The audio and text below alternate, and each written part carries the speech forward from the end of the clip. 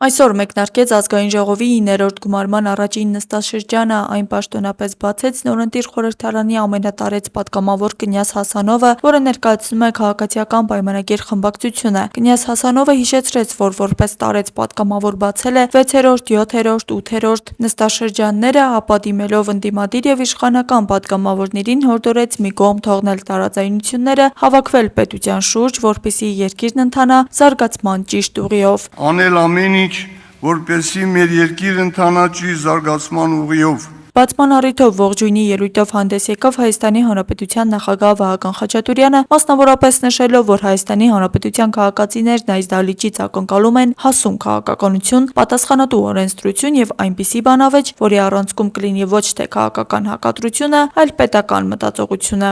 Ազգային ժողովը երկրի բարձրագույն ներկայացուցչական եւ օրենսդիր մարմինն է։ Այն պետության թիվ 1 քաղաքական ամբիոնն է,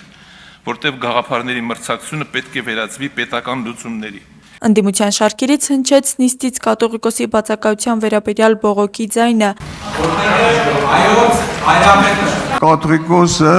կարող էր ինքը ներկայանալ, ոչ մեկ դրա դեմը չէր կարող առնել։ Հաջորդիվ Հասանովը ընթերցեց պատգամավորների երդման տեքստը, որը փոխվել էր ԱԺ 8-րդ գումարման նստաշրջանի ավարտին։ Ուժեղ Հայաստան եւ Հայաստան խմբակցության պատգամավորները երդման տեքստի ընթերցման ժամանակ ոտքի չկանգնեցին։ Փառք նահատակներին եւ կեցցե Հայաստանի Հանրապետությունը։ Երդվում եմ։ Խորհրդարան անցած խմբակցություններն արդեն ընտրել էին իրենց խմբակցությունների ղեկավարներին ու քարտուղարներին։ Ըստ այդմ քաղաքացիական պայմանագիր խմբակցության ղեկավար է ընտրվել Արուսյակ Մանավազյանը, քարտուղար Վոլոդիա Հակոբյանը, Ուժեղ Հայաստան խմբակցության ղեկավար է ընտրվել Նարեկ Կարապետյանը, քարտուղար Տիգրան Աբրահամյանը, Հայաստան խմբակցության ղեկավար է ընտրվել Աննա Գրիգորյանը, քարտուղար Արթուր Խաչատրյանը։ Այնուհետև ազգային ժողովի պատգամավորները պետք է ընտրեին ԱԺ նախագահին, թեկնածու ներկայացրեց միայն քաղաքացիական պայմանագիրն ի դեմս Ռուբեն Ռուբինյանի։ Ռուբինյանը նախ եւ առաջ հրաշալի սկզբունքային մարդ է, պարկեշտ, համեստ եւ ազնիվ գործիչ, որը տարիներ շարունակ անցել է քաղաքական եւ պետականաշինության բարդ ճանապարհ։ Իր քաղաքական գործունեության ընթացքում նա եղել է եւ մնում է ամենաբաց ու թափանցիկ գործիչներից մեկը։ Մենք գալիս ենք եւ սերում ենք նույն պատմությունից, խոսում ենք նույն լեզվով, կրում ենք նույն մշակույթը, մեր ծնողները հանդիպել են եւ հանդիպում են նույն դժվարություններին, նույն խնդիրներին, մեր երեխաները ծնվում են նույն երկրում, նույն հիվանդանոցներում, ծառայում եւ ծառայելու են նույն բանակում։ Եվ հետեւաբար աշխարհում չկա որևէ բան, որևէ ընտրություն, որևէ քաղաքական տարբերություն, որ մեզ կարող է բաժանել միմյանցից, որովհետեւ մենք մեկ ենք։ Եվ մենք ձեզ սիրում ենք, նույնիսկ եթե դուք մեզ տեղ-տեղ չեք սիրում, մենք ձեզ սիրում ենք։ Սուր, բայց բարեխիղճ խորհրդարան ձևավորելու ուղով է ուզում գնալ Ռուբինյանը։ Պարոն Հասանով, դուք գոնե լավ գիտեք բանտարկյալներն ինչ է։ Անջապեր Մանուկյանի վերաբանը։ Կստացվի արդյոք, ցույց կտա ժամանակը։ Այո, մենք տարբեր կարծիքներ ունենք գրեթե ամեն ինչի մասին։ Բայց մենք կարող ենք մի պարզ բանի շուրջ կոնսենսուսի գալ։ Մենք ընտրում ենք մարդկային, պարզ մարդկային բարեկեցությունը եւ պարկեշտությունը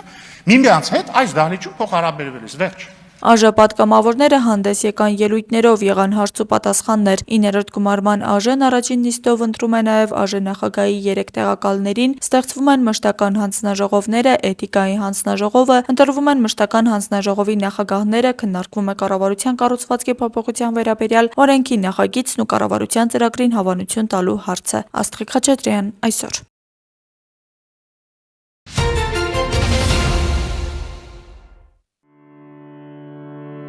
Հենց հիմա այս սենյակում ապագա մայրերը պատրաստվում են իրենց կյանքի ամենակարևոր փորձառությանը։ Առաջարկում եմ մենք էլ միանանք ու մասնակցենք Հրազդանի մայրության դպրոցի հերթական դասին։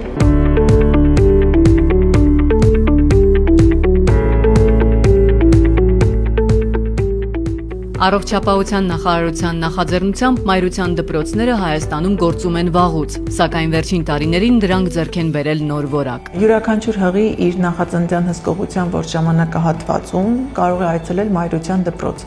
Առողջապահության նախարարի հրամանով հաստատված է 5-ից 6 այցեր, որոնք յուրաքանչյուրը իր մեջ ներառում է որոշակի դասընթացները ունեն իրենց թեմաները, որը նույնպես հաստատված է առողջապահության նախարարի հրամանով։ Սննդակարգից մինչև նորածնի խնամք, կրծքով կերակրման տեխնիկայից մինչև ծննդաբերության ընթացքում ճիշտ շնչառություն։ Դասավանդում են մանկաբարձ գինեկոլոգներ, նեոնատոլոգներ եւ հոգեբաններ։ Կրծքի կաթը կենսաբանական հեղուկ է, այն պարունակում է իմունոգլոբուլիններ, սպիտակուցներ, ճարպեր, ածխաջրեր եւ նրա 87-ից 88%-ը կազմում է ջուր։ Շատ մայրիկներ ծննդաբերությունից հետո հարցնում են, արդյոք կարելի է երեխային տալ այլ հեղուկներ։ Մենք ասում ենք ոչ, որովհետեւ առաջին 6 ամիսների ընթացքում կրծքի կաթից բացի ոչ մի այլ հեղուկ նորածին բալիկին տալ պետք չէ։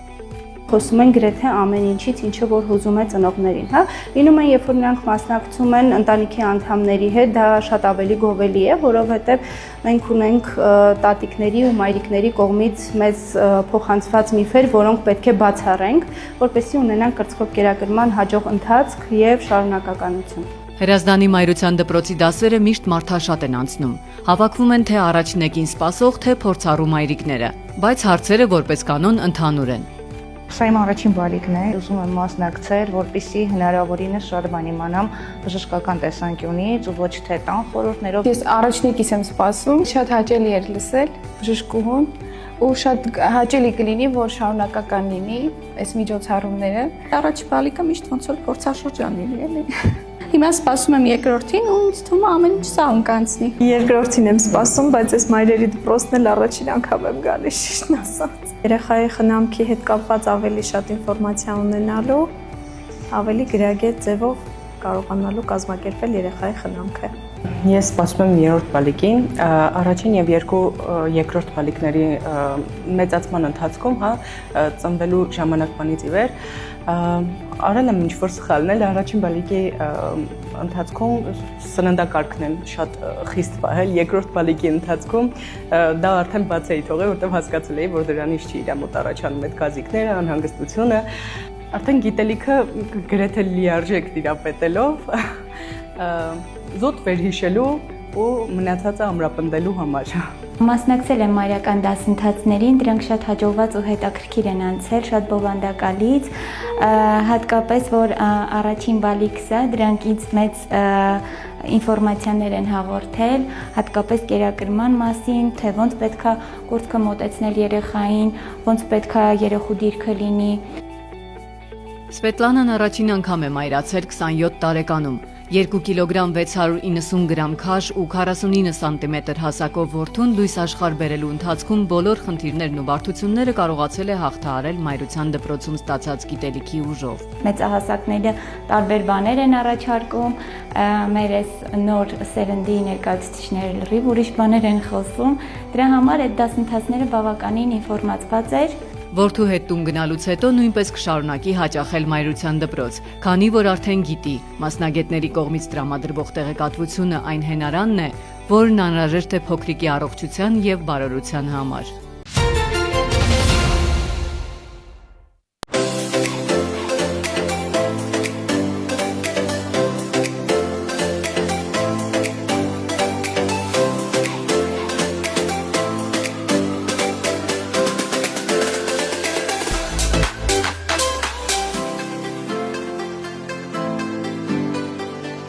Մենք մտնում ենք մեր Շենդիկ հանգստյան տուն, ինքը մեր առաջնեկն է, այսպես ասած, առաջինը ինքն է ստեղծվել, այն որ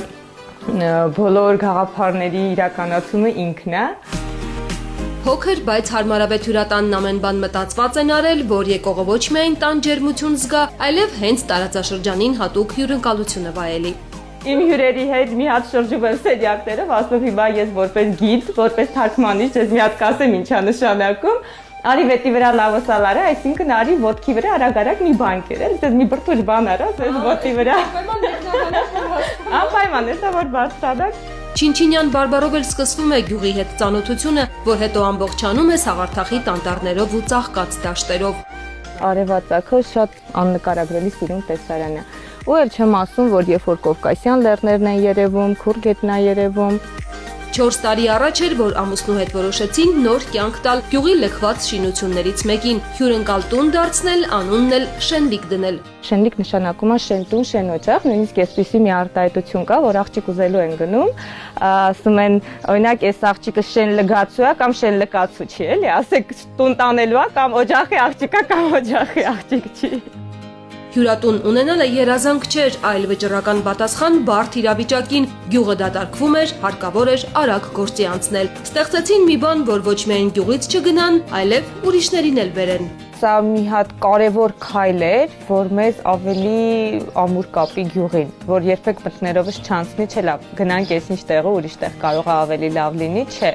Կհաջողեն արդյոք մտավախությունը կար, բայց ոչ երկար-բարակ մտածելու, ոչ էլ առավել եւս ռիսկերը գնահատելու ժամանակ չկար։ Ամեն ինչ սեփական միջոցներով իրենց ձեռքով են արել։ Խոսքը Գայանեինն էր, գործը ամուսնունը։ Եվ որ ասում մեկը զանգակնա, մեկը բամբակը, ինքը այս ամեն ինչ սարքել է, բանալիները տվել է ինձ ու ասել, «Էս դու, էս քո շենլիկը, ոնց ուզում ես կառավարի»։ Ամենապատասխանատուն հենց կառավարելն էր, բայց Գայանեն հո գործից վախեցողներից չէր, արագ իրար հաջորդեցին մտածված քայլերն ու շուտով շենլիկը դարձավ Չինչինի հայտնի հասցեներից մեկը։ Մենք որ տունը ասենց ոգևորված սկսեցինք սարքելը, սարքեցինք, վերջացրինք, ասում ենք, բա հետո հիմա ինչ ենք անելու, վախի չէ հյուրեր գալիս։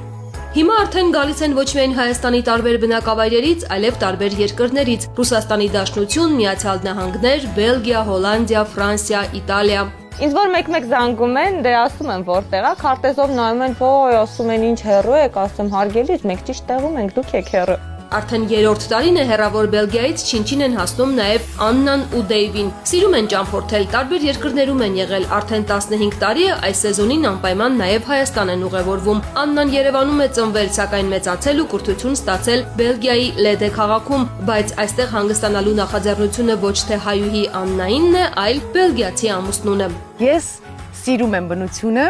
բայց 1-2 օր։ Իսկ ինքս իր համար գժվում եմ։ Ասում այսի ուրիշ աստե ոչ միտեղ չկա sense բան։ Ամեն անգամ Հայաստան է բերում այս չքնաղ բնությունը, սարերը, ծաղկած դաշտերը ու իհարկե մարդիկ։ Հենց մարդիկ, կարծես բոլորն իրար լավ ճանաչում են, այնքան ջերմ են միմյանց բարևում ու մեզ էլ այնպես են ընդունում, ասես 100 տարի ճանաչում ենք իրար։ Շենլիկն էլ ասես մեր տունը լինի, որ ամեն անգամ ուղակի տուն ենք վերադառնում։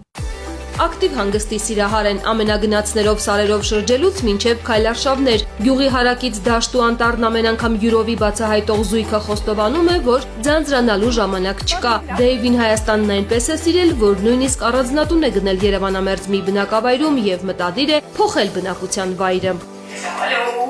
3 երեխա ունեն՝ Ալեսանդրոն, Էլիզան, Տարոնը։ Հենց Դեյվին էլ համացանցում քրքրել գտել է պատմական Տուրուբերան նահանգից սերող անունն ու սիրունատես աչքերով որդուն կոչել Տարոն։ Դեյվին ոչ միայն հայկական անուններն ու բնաշխարհն են հետաքրքիր, այլև մեր խոհանոցը ամեն անգամ մի նոր համ է բացահայտում։ Հիմա ես կպատրաստեմ մի յուրահատուկ, յուրատեսակ, անուշաբույր, անուշահամ թխվածքաբլիթ։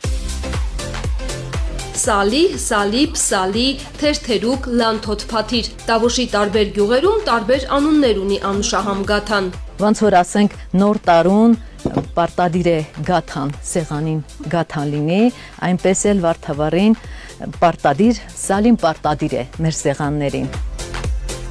Ջուր, ալյուր, աղ։ Սովորական հացի խմորի պնդության գնդեր են պատրաստում, գրտնակում, խորից ավելացնում։ Բայց հետաքրքիրը հետո է սկսվում։ Գուցե դա է պատճառը, որ սալին պարտադիր տան մեծն է թխում։ Հենց պատրաստման վարպետությունից հատուկ հնարքներից է կախված, թե որքան փխրուն ու համով կստացվի։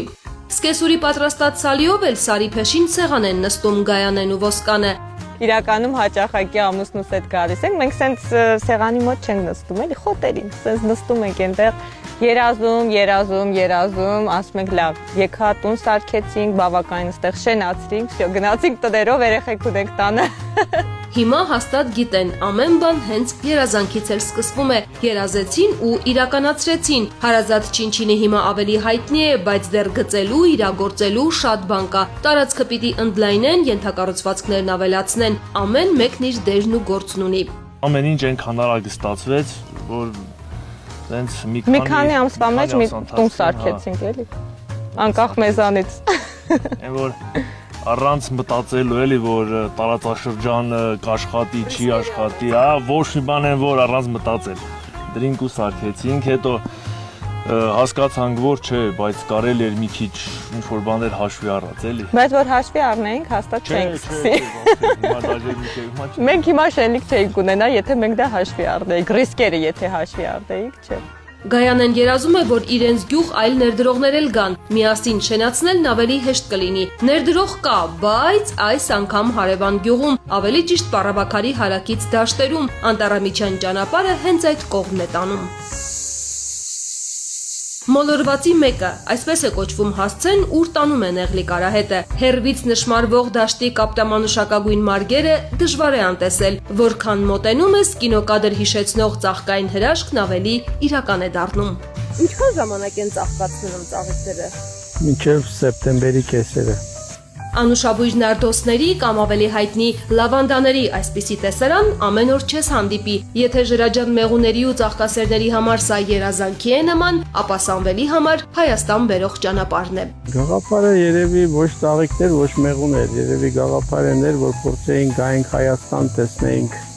ինչ կստացվի։ Ավելի քան 40 տարի Միացյալ Նահանգներում է ապրել։ 16 տարեկանում է տեղափոխվել, անգամ կրթությունն է կիսատ թողել, բայց բախտը բարեհաճ է գտնվել։ Տեխնիկայի կառավարման հատուկ հմտությունները բերել են հայտնի Nike ընկերություն, որտեղ էլ աշխատել է երկար տարիներ։ Հետո մի Արվարձանում սեփական ֆերմա է հիմնել, անասնաբուծությամբ զբաղվել, հիմնադրել է նաև սեփական ռեստորանը, բայց հոգու խորքում այլ բաներ։ Մեր ընտանիքը 46 թվին երբ որ եկել են, ապրել են Դիլիջան։ Ես իմ ամառներն եմ Դիլիջանում անցկացրել ու մտածում էի կգնամ երևի Դիլիջան, էլի, որովհետև հարազատ էր։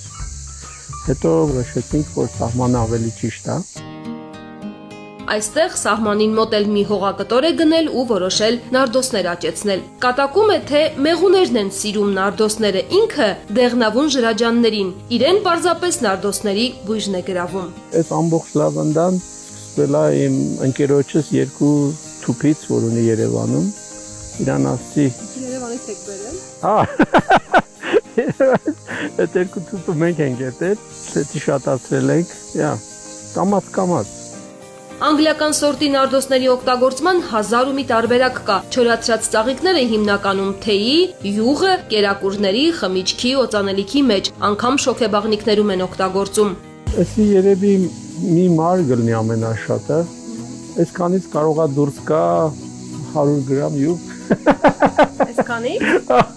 Սեփական տեխնոլոգիայով ստացած յուղն իր հետ Միացյալ Նահանգներ է տանում։ Հիդրոլիզ են ասում, հայերեն հիդրոլիզն ենք ստանում, չոր իրա ծաղիկներն ենք առանձնացնում, վաճառում, բալասան ենք սարքում։ Հələ վերջնական մեծ պլանները չգիտեմ ինչա լինելու։ Ինքն էլ չզգաց ինչպես տարվեց այս գործով։ Հիմա արդեն մտածում է ցանկատարածքն ընդլայնելու մասին, հատկապես որ նոր չորանոցն արդեն պատրաստ է։ Վաու, ասի չէ, դա քրքիր է։ Այս ուրիշ բույսեր են կան։ Հա, էսի բանջարը օգտագործում եմ մեղվապահության մեջ։ Ու թեյեր ենք չորացնում։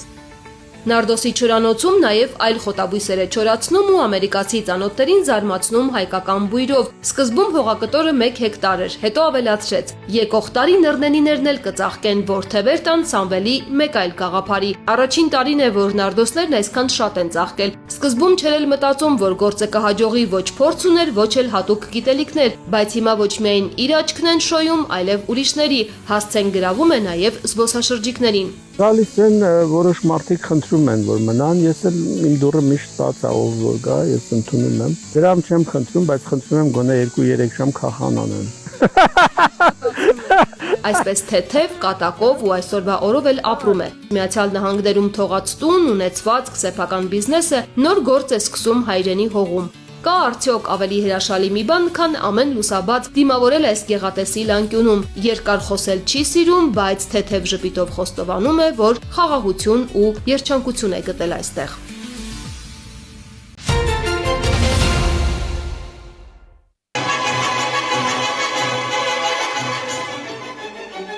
Ազգային պարերի ռիթմը, գունեղ տարազներն ու բեմը լցրած անկեղծ ժպիտները Դիլիջանի Բասոթի ամֆիթատրոնում երեկոն վերածեցին մշակութային տոնի։ Այստեղ Հովհաննես Շարամբեյանի անվան գեղարվեստի մանկական դպրոցը հաշվետու համերգով ամփոփեց անցնող ուսումնական տարին, որն այս տարի պարում են աղջիկները, ծաղկում է Դիլիջանը, խորագիրներ կրում։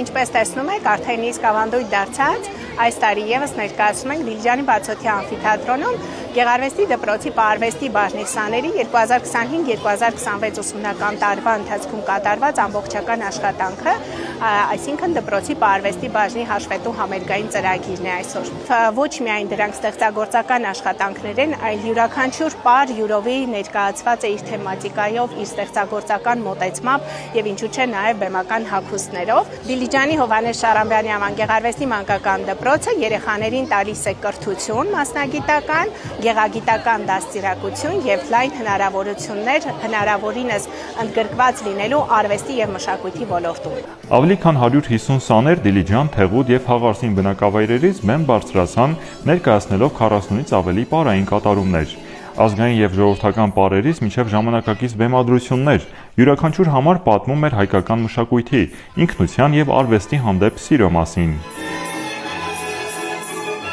Այսօր մեզ համար առանձնահատուկ օր է, հատկապես ինձ համար, քանի որ այս տարի ավարտում եմ Գեղարվեստի դպրոցը։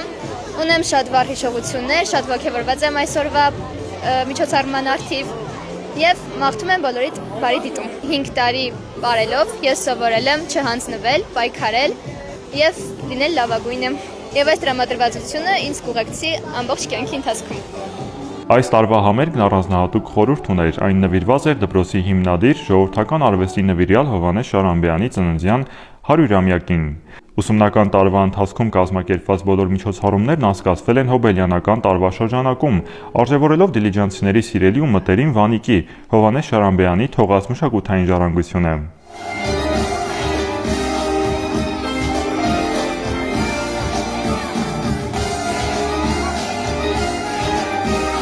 Եվս մեկ ուսումնական տարի պատմություն դարձավ, իսկ հնչող ծափահարությունները լավագույն գնահատականն են երեխաների, մանկավարժների եւ այն աշխատանքի, որի շնորհիվ գեղագիտական արժեքները շարունակում են ապրել եւ փոխանցվել սերնդեսերունդ։